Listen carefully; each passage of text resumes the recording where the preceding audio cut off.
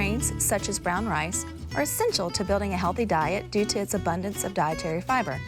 In fact, it's impossible to lead a heart-healthy lifestyle without adequate dietary fiber. Fiber found in fruits, vegetables, legumes, and whole grains, they do your digestive grunt work. It isn't a glamorous job, but ample fiber keeps your digestive system running smoothly. It keeps the gunk and the junk from hanging out in your vessels and veins, leading to that dangerous buildup.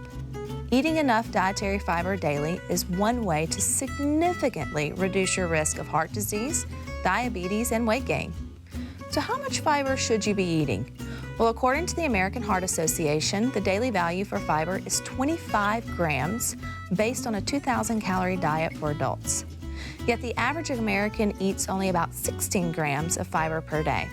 Now you can boost your daily fiber by eating a fruit, vegetable, or both at every meal and snack.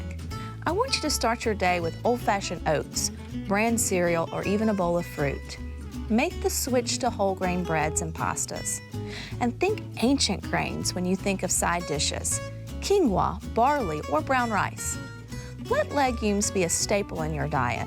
A half a cup of beans packs a big fiber punch. Now it's important to note, if your body is slowly adjusting to more fiber, spread out your portions between meals instead of eating a lot in a single serving.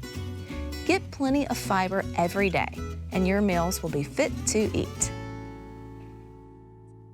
For more Fit to Eat recipes and kitchen tips, subscribe to Mississippi Public Broadcasting.